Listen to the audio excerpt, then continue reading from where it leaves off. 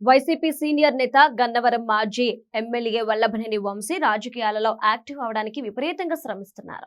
TDP నేత kidnap, TDP ఆఫీస్పై దాడి కేసులో సుమారు 9 నెలలు జైలు జీవితం అనుభవించి బయటకొచ్చిన వల్లభనేని వంశీ గన్నవరంలో పొలిటికల్ డ్రామాకి తెరలేపుతున్నారనే ప్రచారం జరుగుతోంది. ఇటీవల ఆయన కృష్ణా జిల్లా కలెక్టర్ ని కలిశారు. గన్నవరం నియోజకవర్గంలో వివిధ సమస్యలని పరిష్కరించాలని ఆర్జీ ఇచ్చారు. ఆ ఆర్జీలో ఆయన చేసిన ఓ విన్నపం వంశీ రాజకీయంగా ఎలాంటి సిల్లీ గేమ్స్ ఆడతారనే అంశాన్ని వెలుగులోకి తీసుకొస్తుందని చెబుతున్నారు పరిశీలకులు.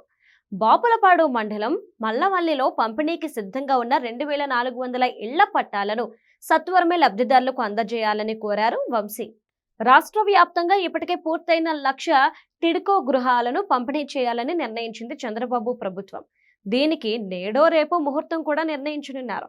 అలాంటి సమయంలో మీడియాలో వచ్చిన సమాచారంతో వంశీ రాజకీయ మైలేజ్ కోసం ప్రయత్నిస్తున్నారనే చర్చ జరుగుతుంది.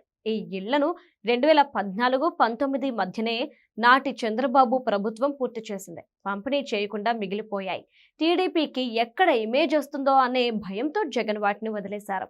కూటమి సర్కార్ వాటికి మరమ్మతులు చేసి పంపిణీకి సిద్ధం చేసింది. ఇది తెలిసి నాడు ఎమ్మెల్యేగా ఉండటంతో తానే వాటిని ఫినిష్ చేశానని, ఆ క్రెడిట్ తనదే అని చెప్పడానికి వంశీ గేమ్ ఆడుతున్నట్లు టీడీపీ నేతలు భావిస్తున్నారు. వంశీ పొలిటికల్ కమల్ హాసన్ లా మారిపోయారని విమర్శిస్తున్నారు. ఇటు గన్నవరం ఎయిర్పోర్టు విస్తరణలో భూములు కోల్పోయిన రైతులకు తక్షణం అమరావతిలో ఇస్తామన్న పట్టాలు ఇవ్వాలని కలెక్టర్ని కోరాడు వల్లభనేని. దీనిపై ఇప్పటికే ప్రభుత్వం తగిన చర్యలు తీసుకుంటోంది. ఇది కూడా ఆయనకు బాగా తెలుసు. అందుకే ఈ ఆర్జీల డ్రామాతో తనపై పడిన మరకలను తొలగించుకుని ప్రజలకు చేరువ అవడానికి ప్రయత్నాలు చేస్తున్నాడు వంశీ. ఆయన కూసిన కూతలు, చేసిన కామెంట్స్, నియోజకవర్గంలో చేసిన రాజకీయం అంత త్వరగా ప్రజలు మర్చిపోతారా అని చర్చ సాగుతోంది.